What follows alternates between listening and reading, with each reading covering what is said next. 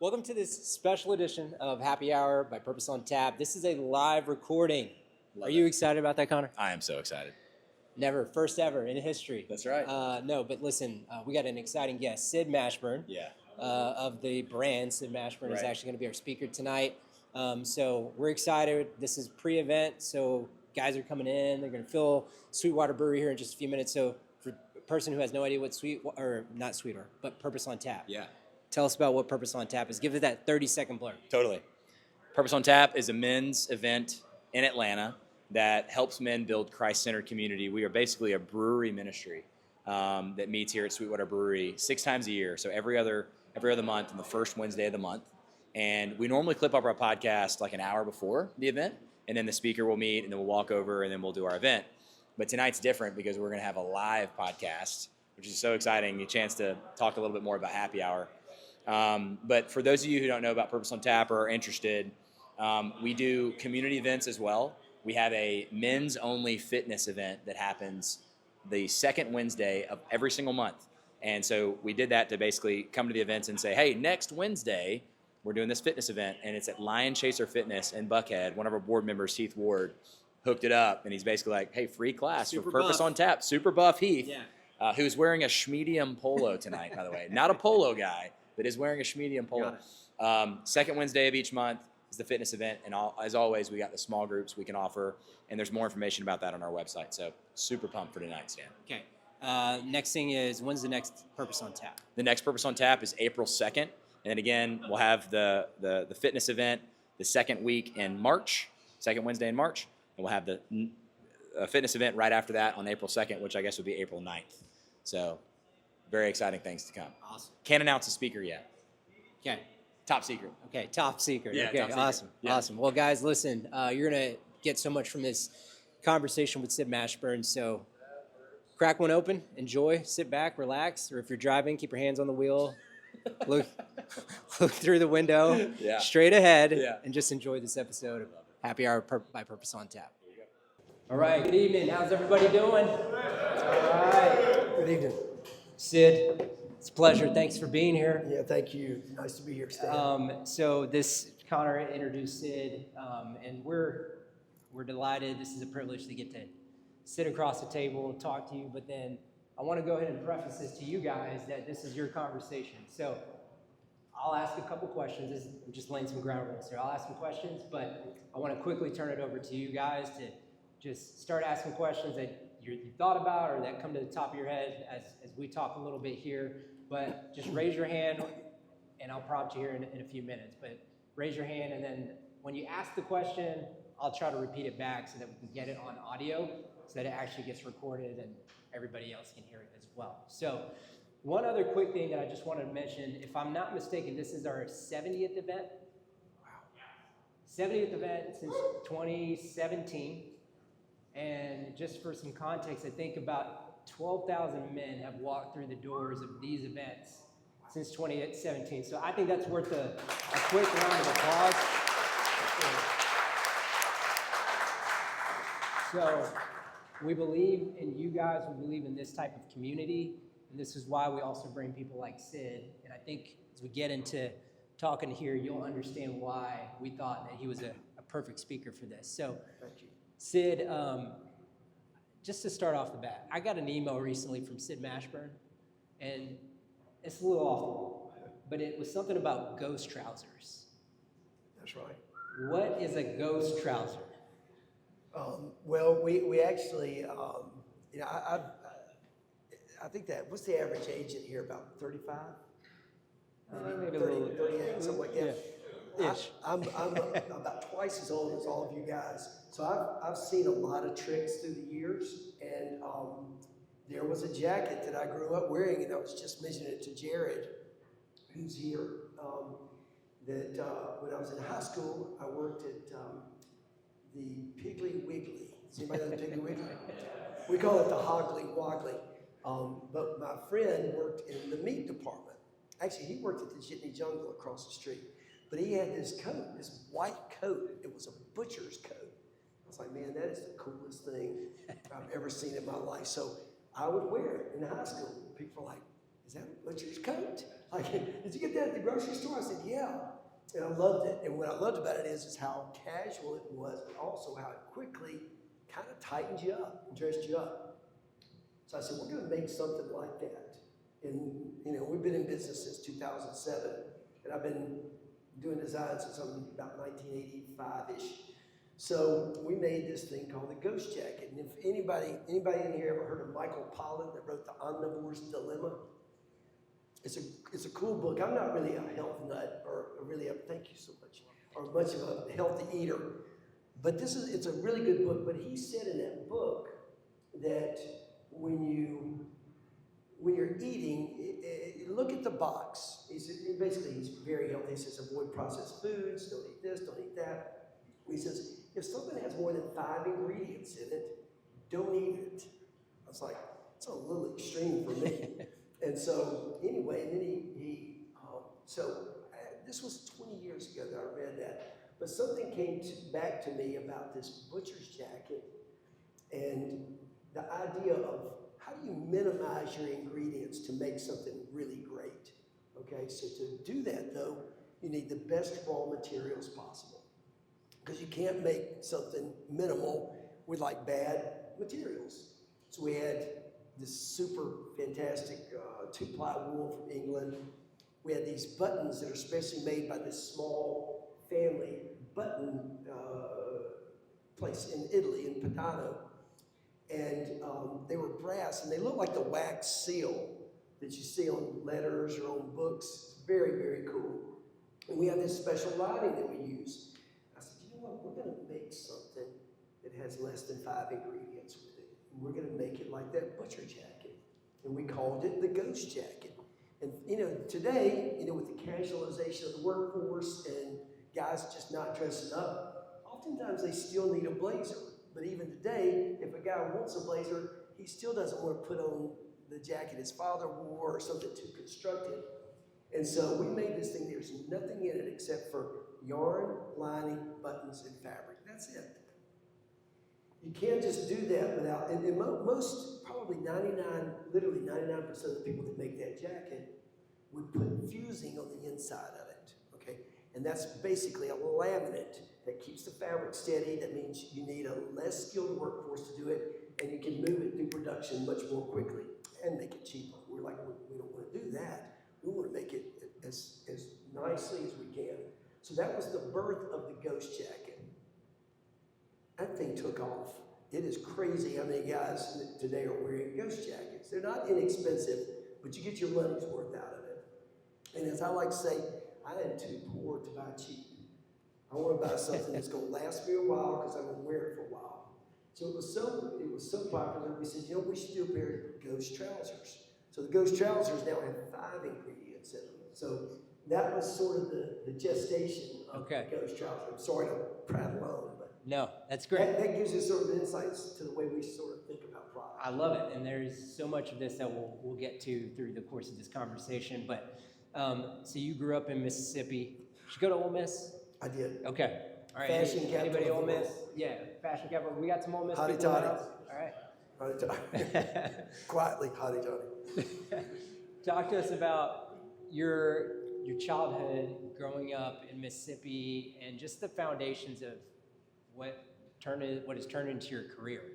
I think there's a fascinating story of your family, even just the origins of how we know Sid Mashburn today, but like what's the foundation, what laid the groundwork?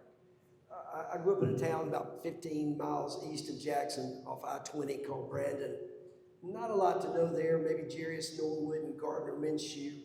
That's about it.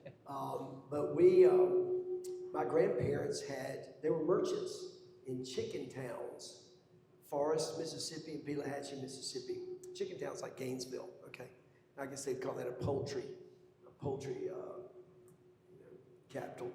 But anyway, my grandmother and grandfather had an implement store, hardware store, clothes store, and furniture store. So I grew up around that, you know, and I never thought twice about it. It's just like, that's just where my grandmother went to work every day. And so my sister started working for her when she was in high school. My mother was the bookkeeper at the school. My dad was a chemist. And I had an older brother and another older sister. they were, 10-ish years older than me, much older. But they loved clothes. And my whole family really liked people a lot. And I really didn't, I didn't pick up on sort of the DNA of who your parents are or your grandparents are and how that works through you until we had this store.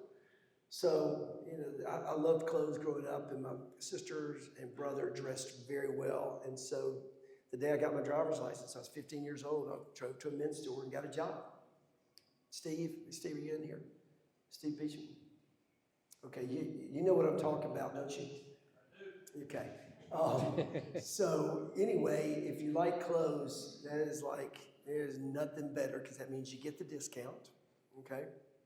And you get to be around people all day, and you work hard because it's a hard business if you're going to be good at it.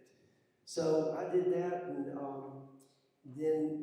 I graduated. The only other thing I did was play sports. I wasn't very good at school. I liked sports, I liked people, I liked clothes. So that was sort of my makeup. So I graduated and went to Ole Miss. About halfway through, I realized I was spinning my wheels. I was having a really good time, for those of you who went to Ole Miss may know, maybe. So I asked my dad, I said, you know what? Maybe it'd be a good idea if I explored going to fashion school. He looked at me like, fashion school? He's like, what is fashion school? I said, where you learn how to design or merchandise or things like that? He's like, how do you get a job with that? And I said, well, you see McCrae's department store, all those people, they grew up in merchandising or sales or whatever. He said, son, I'll help you finish regular school, and then you can do anything you want. And so I stuck with it, and it was actually a pretty good idea because I had to grind it out at Ole Miss, which is not the hardest place, but it was hard for me. Anyway, the day I graduated, I literally, made plans to move to New York. And so throughout high school and college, I worked in clothing stores and in restaurants, which basically is the same business because ultimately all you're doing is taking care of people and their needs, and you're trying to navigate what's on their heart and mind and try to take care of them at a high level. So I got to New York. I had about $5,000. That was everything I'd saved from when I was young, and $5,000 a lot to go to New York on. But anyway, and let me step back for a second. When I was growing up, I had become a Christian in the Baptist church, and as soon as I got baptized, I was running for every cloud cover and shade tree I could find to kind of not get too close to God because He might know what I was doing. So I was leading a life that was not so illustrative of a good Christian life. But I never questioned. I never doubted. I always knew who God was. I knew who Jesus was. I knew who the Holy Spirit was. And I knew that He loved me and was going to, provide for me, as long as I did my best. And so, anyway, living in New York, I couldn't find a job. And so I started trying to interview to go to fashion school. So I got a job in a restaurant. I was a maitre d' there. And then I got a job in a men's clothing store. And I was like, good grief, I feel like I'm going backwards. I didn't go to college to do this. But it turned out it was fantastic. Because in New If any of you have lived there or spent much time there, that place moves quickly. And it was the perfect sort of job for me to get to know people and understand people in New York and how the place worked and the pace that it worked at. So at Parsons and FIT, those were the two fashion schools I went to, they said, you're going to have to start over. They said, this diploma from Ole Miss is not so good up here. I said, well, I'm not going to do that. And so sure enough, I'm working in the clothing store, and a guy came in who owned a clothing company, and he said, we became friends, and I took care of him in the clothing store. He said, why don't you come work for me? I said, well, what would you have me do? He said, I'd have you in sales. I said, okay. I said, will you teach me how to design? He said, by all means, I'll pull back the curtain and we'll help you out. So sure enough, I went there to work, and I'd get there before work, I'd stay after work, I was like fox in the hen house. I just loved it. And so I went to the beach one day, one Saturday, and saw a girl, and she saw me, and we kind of got together, and she was working at Vogue magazine. Anybody in here ever seen The Devil Wears Prada?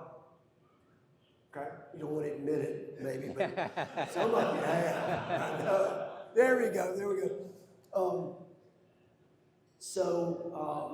She had that job of the assistant at Vogue, the Anne Hathaway character. Sadly, she did not like the book. I wish she would have read the book. But almost every night when she came home, she was crying because it was hard, really, really, really hard.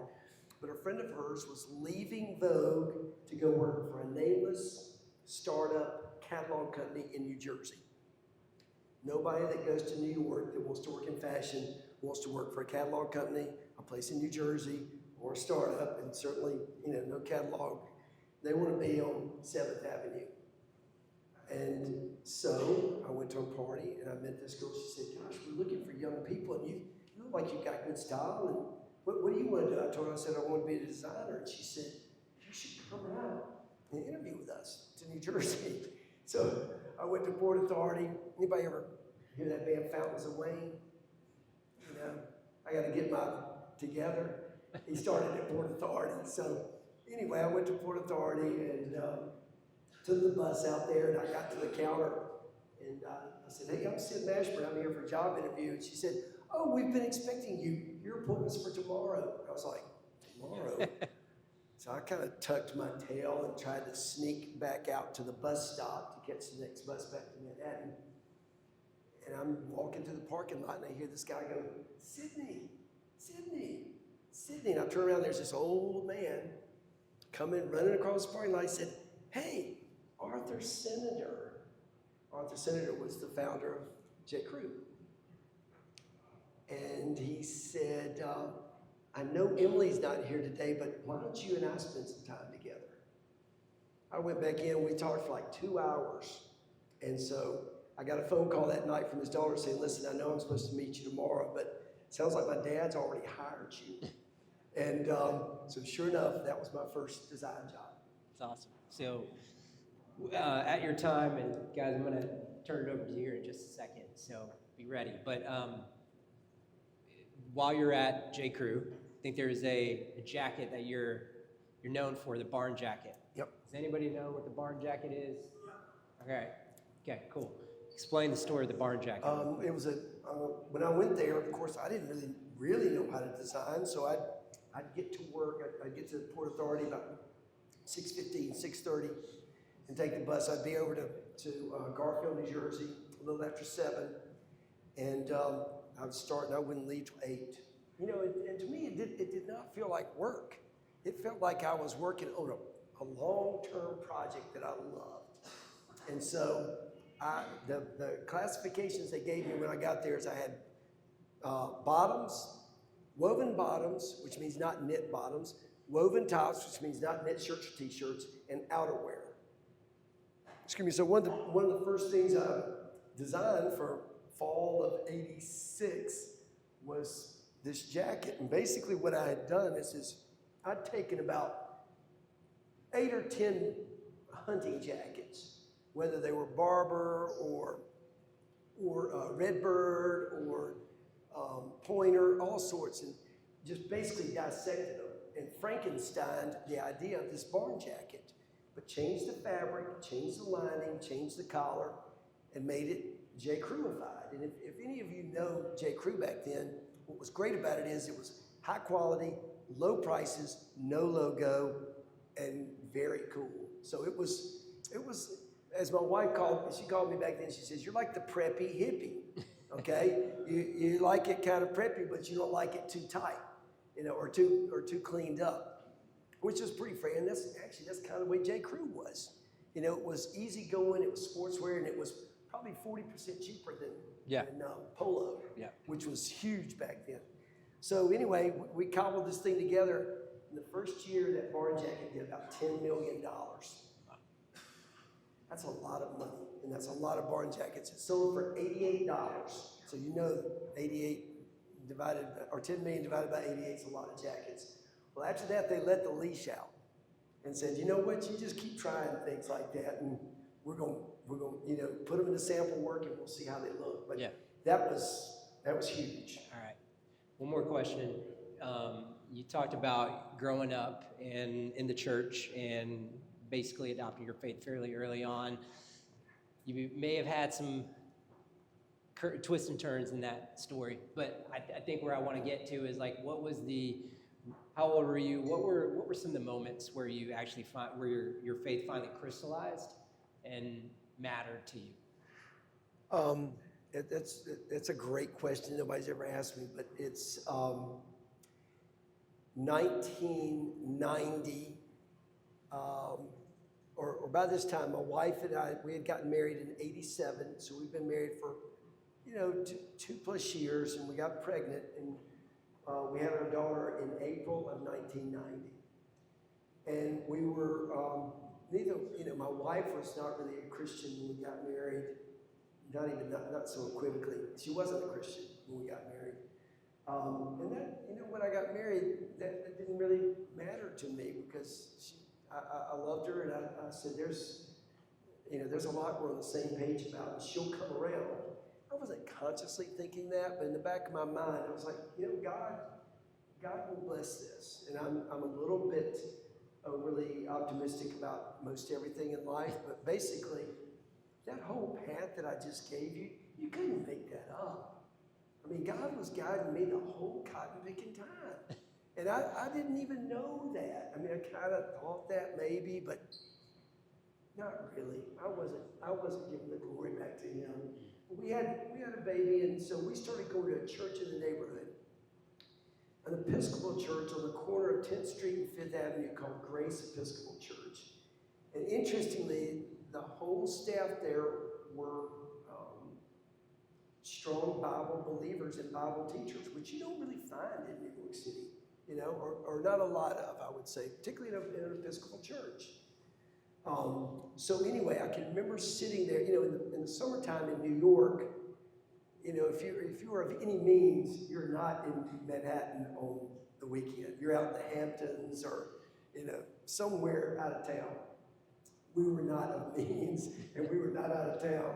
But I can remember it was in June, and I can remember the preacher that morning preaching on Romans, saying, be not conformed to this world, but be transformed by the renewing of your mind, that you may prove what is that good, acceptable, and perfect will of God. And it was like, it's just like, wow, it hit me, and it just was,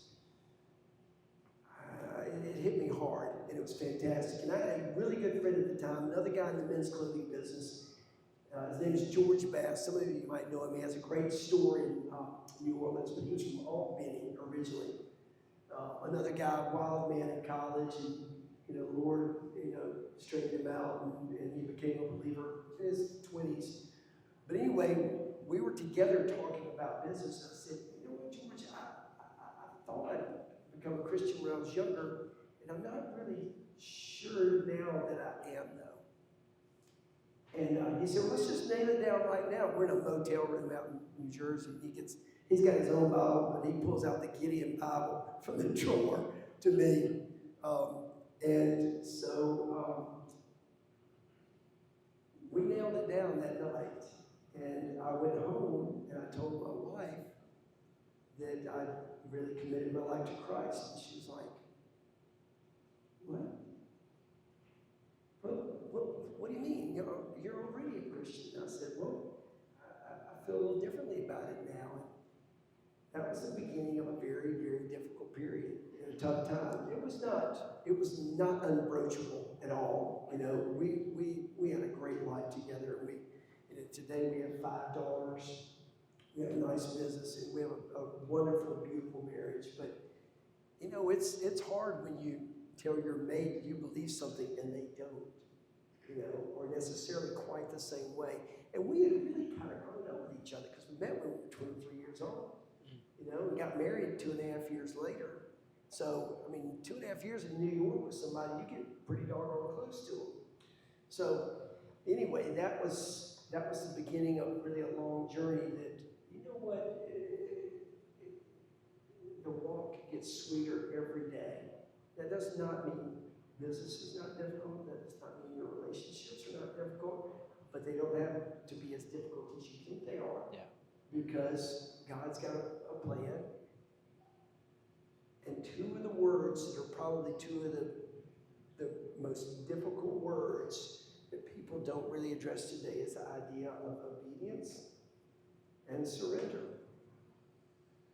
Those are easy to say. You know, for those of you who grew up in the church, you know that song, Trust and Obey, for there's no other way. You can sing that over and over and over without ever thinking about what true obedience really is, or true surrender is. And that was modeled when Christ says, Father, take this cup from me if you will, but not my will, but thy will be done. And that, I didn't learn that day with the Episcopal Church. I learned that over the course of time of living out my life and trying to sort out, who am I? And what's my real purpose? My real purpose is not being a designer. You know, my real purpose is to be a witness, okay? Now, that doesn't mean every guy that walks in that I'm saying, hey, brother, you washed in the blood. You know, I'm not going there. But I am trying to model service and love and touch and attention and caring and thoughtfulness and empathy and encouragement. You know, that's what we do in our stores. And we've got a couple of guys that have worked with us that are here tonight, and they know, you know, we have a group of core values in our company. We didn't start with them though. They came about 3 or 4 years into it, but it's hopefulness, helpfulness, hard work, honesty, humility, honor.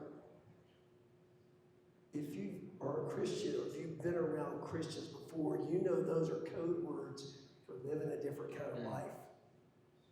But we wanted to put that into our environment without necessarily, you know, pounding on the Bible or really making it go that way. We feel like we can be really great witnesses by trying to be excellent in our work. And our work is, we're not into fast fashion, we're not into trends. We do what we like, we do it when we like, but we also, our goal is how do we make the very best product possible and try to keep the prices at least attainable. And they're not by everyone. They're not inexpensive, but again, they're really good. So that's probably the biggest witness I can speak of is that I hope that in my business, you know, we're reflecting what our goal is how do we honor in our thoughts, our words, our deeds, our actions. So I love that. All right, before we get into the business, and I have some more questions here, I want to just ask, has anybody got a question they'd like to ask Sid?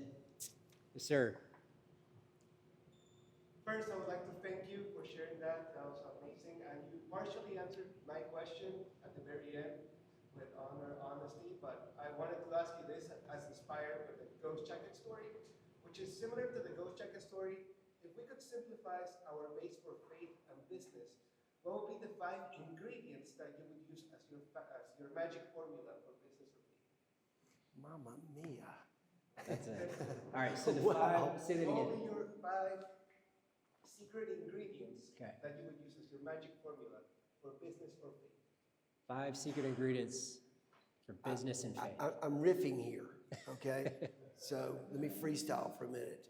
First of all, love God with all your heart, soul, mind, and strength, and love your neighbor as yourself, okay?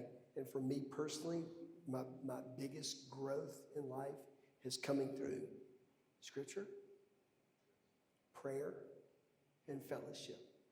If you've got a stool and there's 3 legs to the stool, if you only have 2 legs, it doesn't work, okay? Those 3 legs to that stool are imperative for growth and also for telling God, I love you and I want to serve you according to your will, okay? It's hard to do, but you know what? It takes discipline, it takes commitment, and it takes also understanding that we have been invited to a banquet. We go to Piccadilly every day, okay? It's all there. You got 12 flavors of banana pudding every day. You know, we have been offered so much, we can't even imagine what he's really offered. Because Because his creation's unimaginable. And I will say this also. I was speaking to somebody before this. We were talking about colors. I think it was Jared again. We design with that in mind. We're not consciously saying, does this honor Christ? But we're thinking in terms of, what does creation look like? Because we worship not creation, we worship the Creator. Okay, but if you think about it, where does color even come from? Color, really? Color. Okay, and you look at how complex and how simple and how stratified and how crazy what God's created is, you start to really appreciate things in a different way. Whether you're making cars, whether you're making, Jared again brought us stuff tonight from a butcher shop. Whether you're in the food business, whether you're in the service business, whether you're in the insurance business.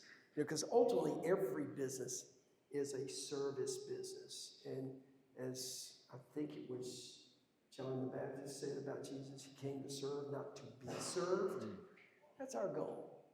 Okay, so how do we look to serve people? Not be servile, okay, but to really serve. And I'll be honest with you, when a guy comes to the shop and he wants to try on a pair of pants, I'll walk him back to the tailor shop, I'll throw the pants over my shoulder, I'll roll up the cuffs as I'm walking backwards. Steve, I learned that from Gene Morris, by the way. Gene Morris taught me, oh, you're over here. Gene Morris was a stud, man. He was one of the best floor salesmen you've ever seen in your life. So he'd throw the pants over his shoulder and walk you back. He'd be talking and rolling them up. So you go and then you give them to the guy. You open the curtain, welcome him into the dressing room, and then you close it, and he comes back out. His pants are turned up. He looks like Jethro Bodine. So it's my job at that point to go down on my knees and turn his cuff up on his pants. So either actually 95 times out of 100, it's the tailor marking it. But I want to set it up for the tailor because I want to place make for my tailor to be ready. But I also want to mention to the guy who's trying those pants on, I'm here to serve you because I'm in a compromised position. I'm in my face is in his crotch, and I'm rolling up his pant bottoms. But guess what? It's the most powerful position I can take in the company at that time because I'm telling that guy, you're the most important person here, and I'm going to do whatever it takes to take care of you. Okay? And then I set it up for the tailor to come in and I write the alterations ticket. I don't do that anymore. Most of the guys are doing that for me now. But it's all about how do you touch people. So beyond love God, love your neighbor, scripture, prayer, and fellowship, how do you interact with every single person in your life in a way that honors them? Okay? Because we're here to lift up. We're here to encourage. Okay? And it doesn't have to always be, Jesus said, but if you have the opportunity to somehow introduce the gospel to people, that's a game changer. Okay? It doesn't happen all the time. I'm not that great at doing it. I'm terrible at it. I'm fearful. I'm weak. I don't come through with it. I regret it. But I go back, like Charles Spurgeon said, the greatest prayer you could ever say. Y'all know what it is? 2 words. The greatest prayer ever. Help me. Help me. So if I'm not doing what I really am aiming to do, I just say, help me, and go at it again. So I'm sorry to wax on, but that was a tough question. That was an amazing answer. Thank you, sir. Great question. Tim? Yes, sir. I don't want to go back to your story, but I kind of want to. I'm dying to know how you went from J. Crew to start your own thing, and obviously probably the faith journey along with that, stepping out on your own. Love to know. Just to repeat the question for the podcast, basically the journey from J. Crew to Sid Mashburn and some of the faith journey in between all that as well. Let me say this is that if you guys have something on your heart and mind and you want to do something and it's not heretical and doesn't violate God's principles, and it keeps being on your heart and mind, go for it. Unless, of course, your wife says don't go for it. Which happens. He's looking for us to trust him. And he's looking for us to, anybody in here play wide receiver? tight end. We got a wide receiver there. You ever laid out for something? Y'all know what laying out means? You go all out and whatever it takes on getting the pass. He wants to see us laid out. Okay? So I did that a couple of times. And you know what? One time it was a big flop and the other one wasn't. So now I'll go back to how I got to here. I was at J. Crew for 5 or 6 years. When I got there, it was about $75 million business. Most of it was women's. I think it was 45 to 35 or 50, 25, something like that. And excuse me, I got the phone call from Polo, okay, which is like, Polo, Ralph Lauren? And they said, would you come interview? I said, heck yeah. And so I went there, and actually that's another part to that eye-opening, because that was about the same time. So I was invited to come to Polo, and basically when I was interviewing with Ralph and his brother, and Ralph is a really funny guy, very soft-spoken, he said, you're stealing my business. I said, what do you mean I'm stealing your business? He says, you're knocking me off. I said, we're not knocking you off. I said, there's plenty more. I said, we got no logo or anything. And he's like, yeah, okay. So anyway, I got the job. And so he wanted to start a company like Land's End within Polo, so a younger person's brand. There were many reasons for the complications that couldn't occur. They had too much of an established business at wholesale to do anything else. They could never do direct to consumer, DTC at that time, because all the wholesalers would say, why are you going into competition against me? Okay. So anyway, I was at Polo for about 3.5, 4 years. Then went and did a job with a friend of mine on a golf business, golf apparel. I did some consulting for them for a while, and then I got invited by the guy that founded Ashworth to come out to California. And he wanted to do basically kind of what we're doing today, but in a Southern California golferly way. And so we worked for a year on that project. It was going to be pretty cool. A little too golferly for me personally, but it still was going to be some good stuff. And we couldn't raise the money to do it. And by this time we had 4 kids. We had 3. We got to California, picked up another one while we were out there. So we came back east, and we did a small startup business that was it was a disaster. Okay, but God, I laid out for that, and it was not a great moment between me and my wife. It wasn't a horrible moment, but it was. She didn't want to do it, and I was not listening so well. But she said she wanted to do it, but if I would have been really reading, I would have understood it was not what she was up for.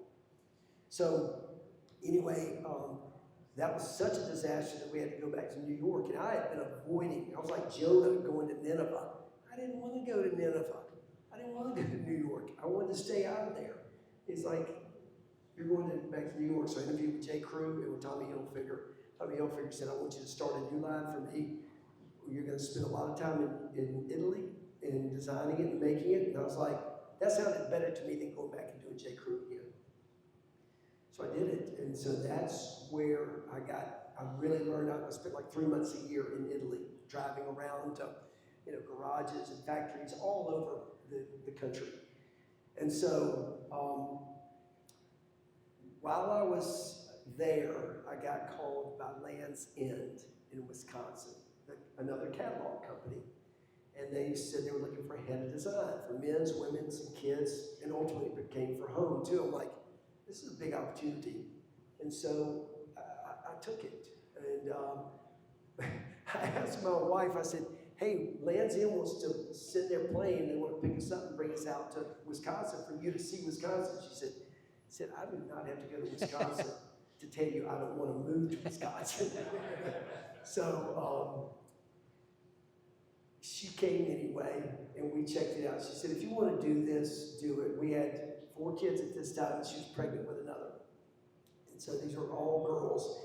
And so she said in the back of her mind, she was thinking, he's going to get fired in a year or 2 because they say they want to change, but they don't really want to change. So it only took me 7 years to get fired. And so then I got fired, and we said, and said, what are we going to do? She said, we're going back to New York. I said, well, let's do that thing I've been talking about for 30 years. She said, really? She said, okay, do y'all know what 529s are? 529s are college saving plans for your kid, okay?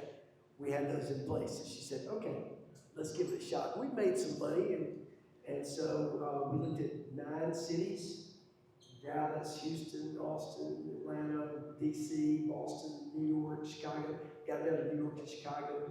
She was looking at a magazine, saw Atlanta. She said, how about Atlanta? I said, but I praise God. And I went down there literally the next week, and it was January, and first place I went to was Taqueria del Sol. Amen. Yes. Great spot. And I drove around the rest of the week, couldn't find the place, so I said, you know what, on my way back to the airport, I said, I'm going to drive back around that shopping center. And when I did that, I really got a little bit more of a glimpse of what that place was. Bacchanalia, 2-time James Beard Award. JCT, it had already opened up, been in business about 6 months. And Taqueria, which was awesome. So in a funny sense, we have a business model that is good, better, and best. Okay? Taqueria, JCT, Bacchanalia. Okay? So it was already reflecting what we wanted to do. And we opened the doors in 2007, right when the economy was just getting ready to take off. And, you know, we've been blessed. We've been growing ever since. So it's been fantastic. But the other thing that was interesting is that moment of clarity that I heard at that Episcopal church was running in tandem with me getting that job at Polo. And it, you know, I was not like many people who come to Christ or, you know, accept his call. I was not at the bottom. I was at the top. I mean, who gives a job to go be a design director at Polo Ralph Lauren? Okay, I'm 28 years old, 29 years old, something like that. It was awesome, but when I got up there, I was like, I got this thing built on sand. I got no foundation. And that was part of that same timing.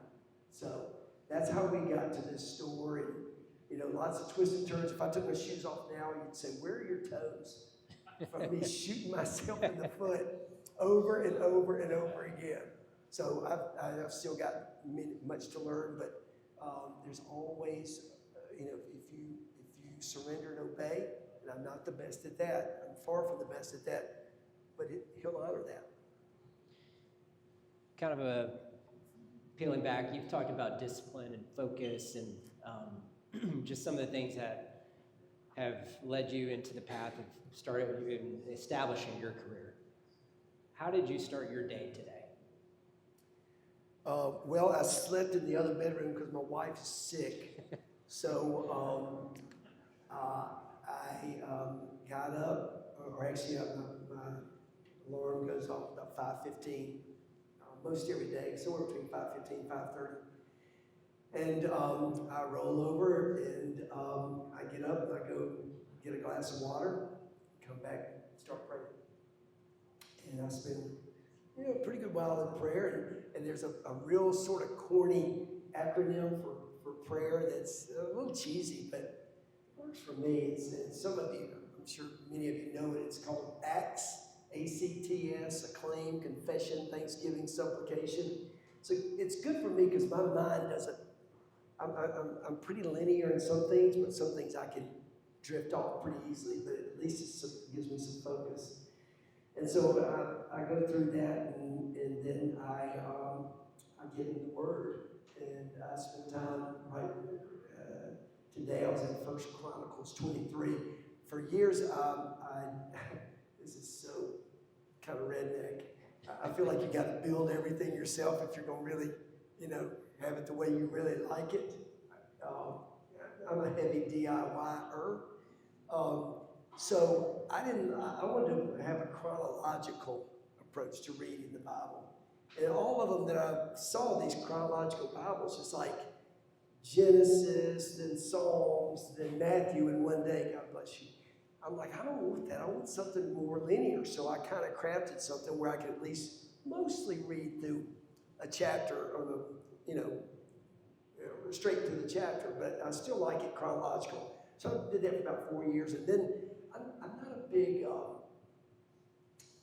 commentary guy because I always feel like I'm reading Cliff's Notes and like I'm cheating a little bit. But I found one recently. Does anybody in here know a guy named David Guzik? He's good, huh? Real good. And basically what he does is he takes the whole Bible and he has these, he'll take it chapter by chapter and he'll start with, maybe the first 4 verses and he'll put the first 4 verses there on the page.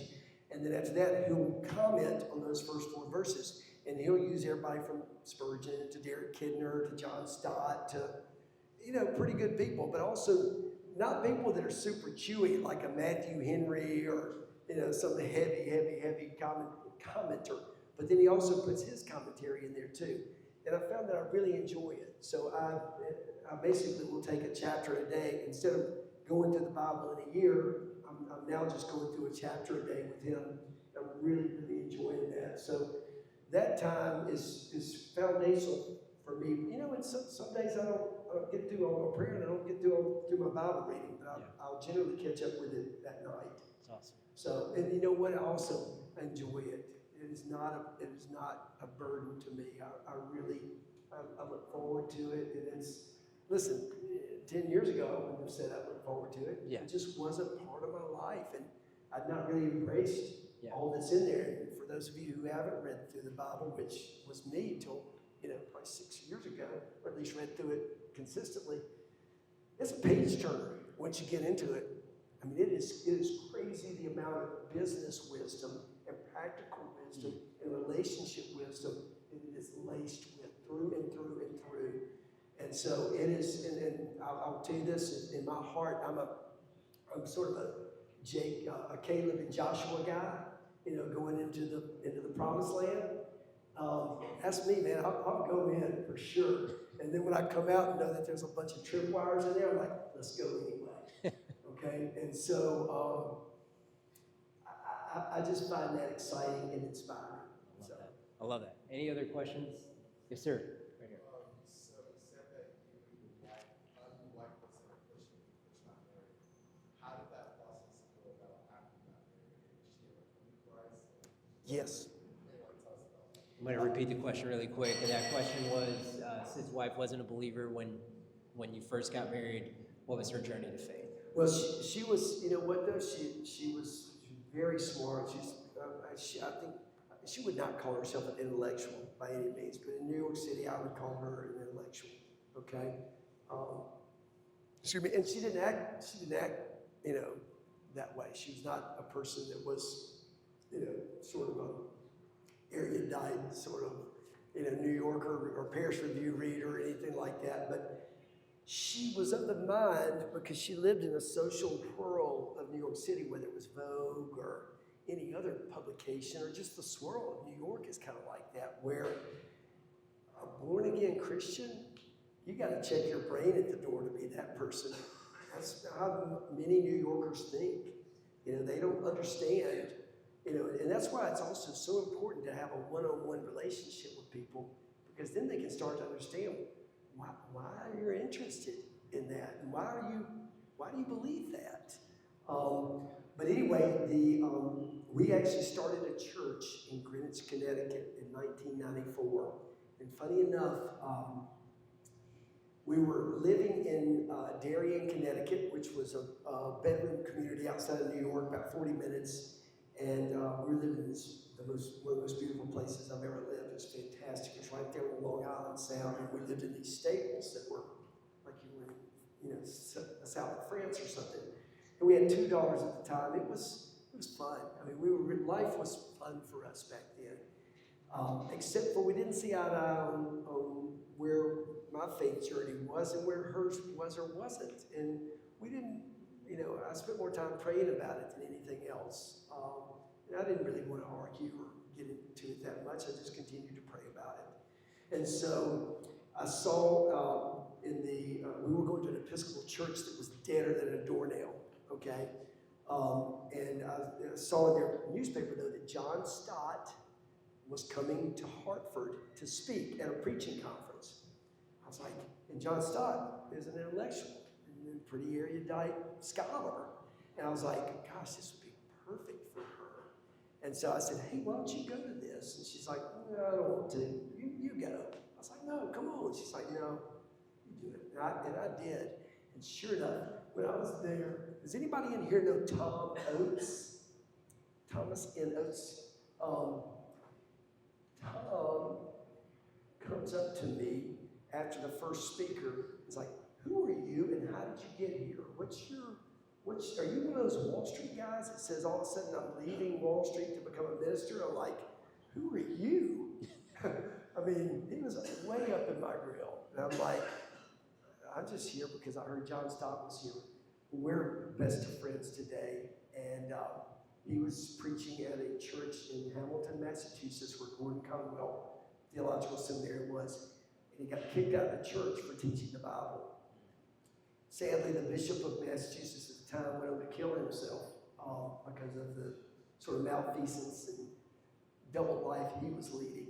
But the congregation wanted to keep Tom, and the bishop said, I don't care what the congregation wants, you're out of here.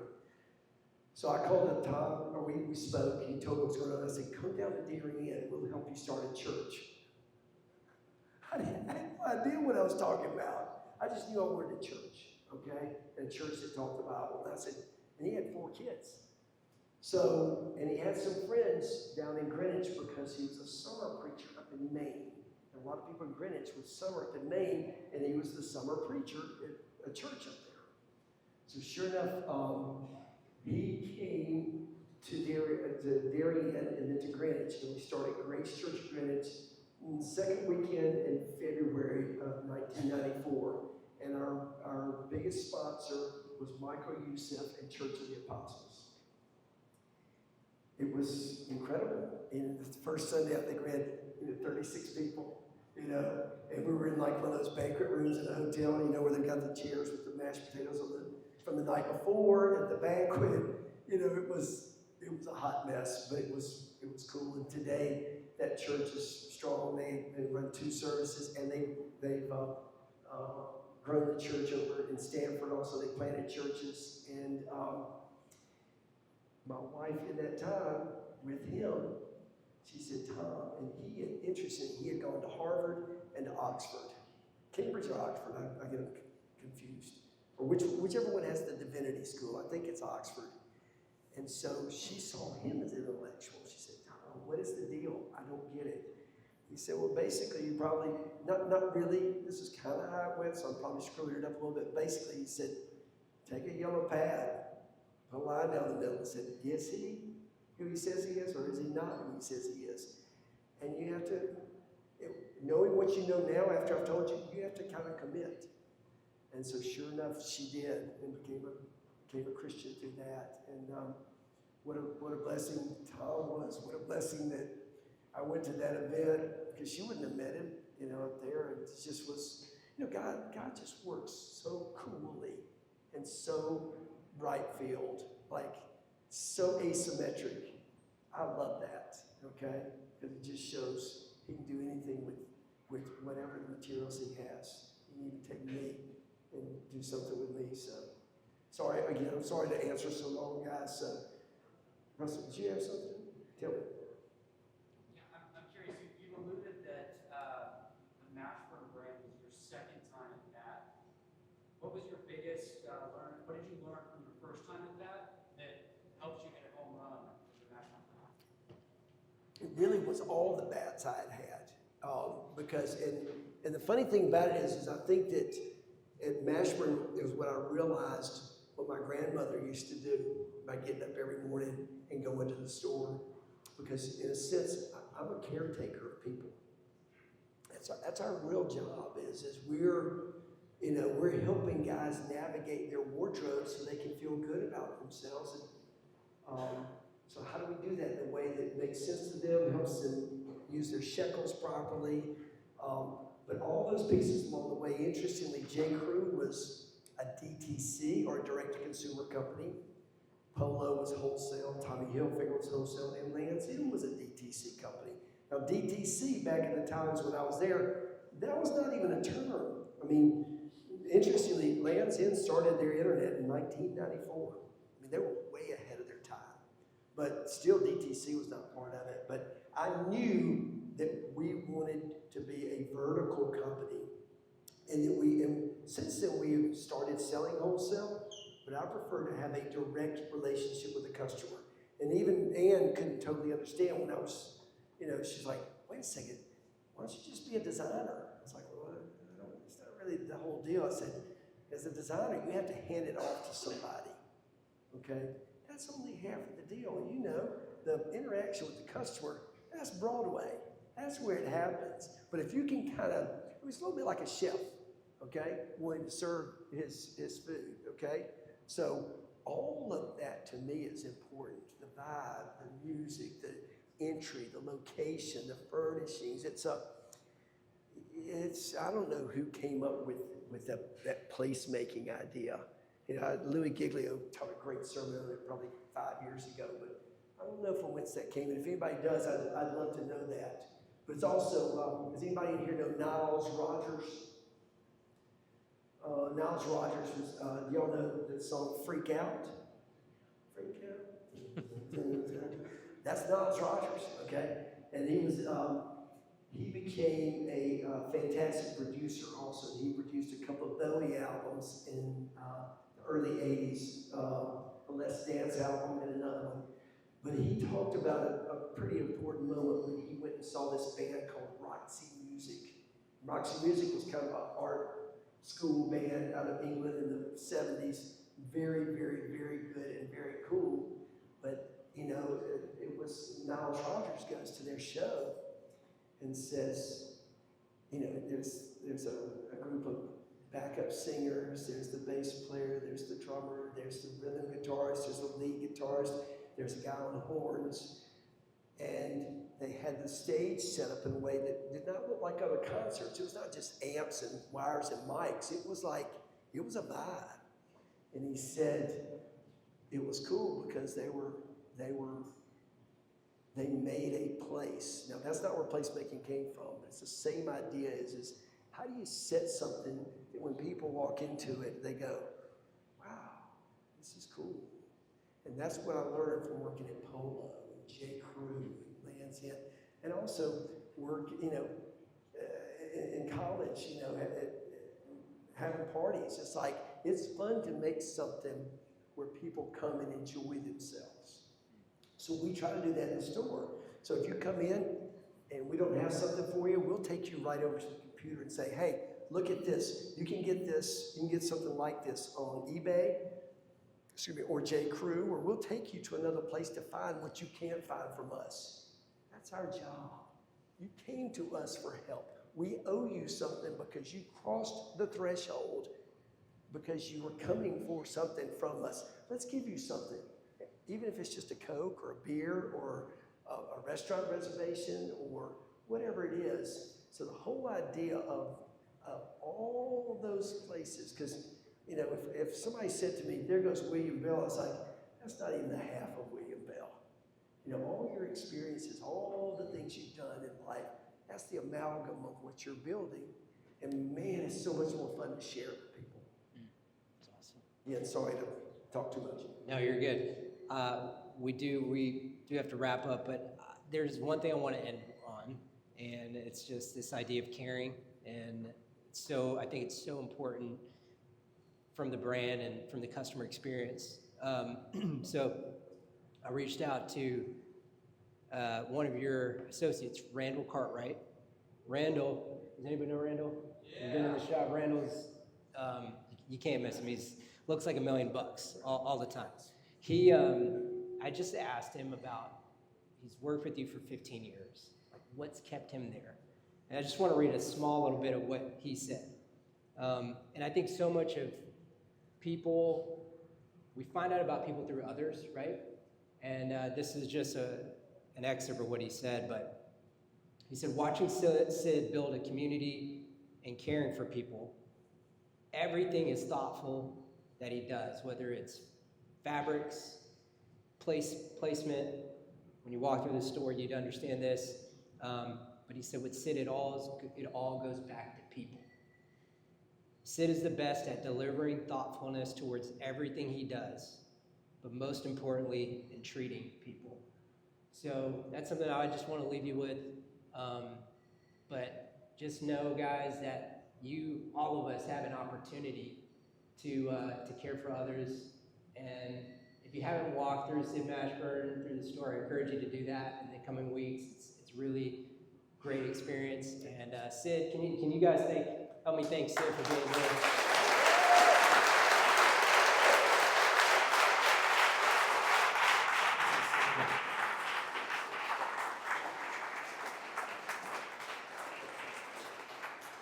I just want to say one more thing.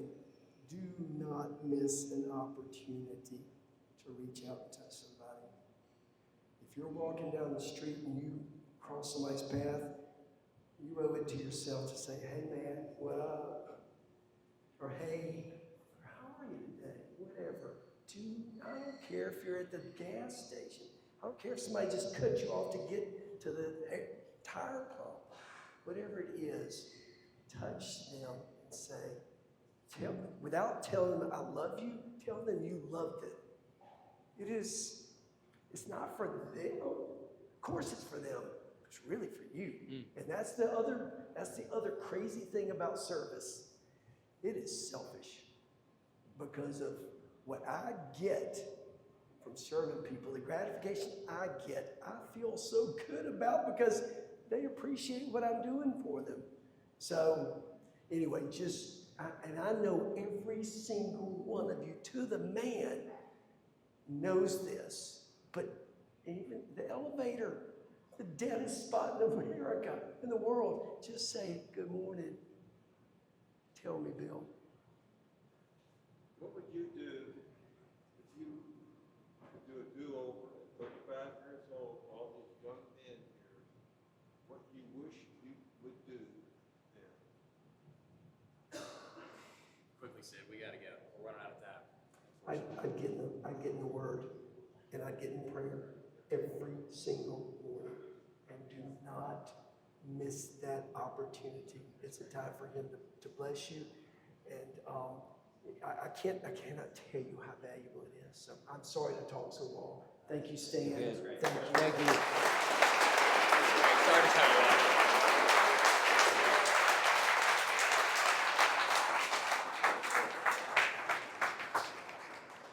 You probably have a lot you didn't get to. I did. That's a deep reservoir there. Guys, thank you all for coming. It's been an awesome night. Thank you again, Sid. That was awesome.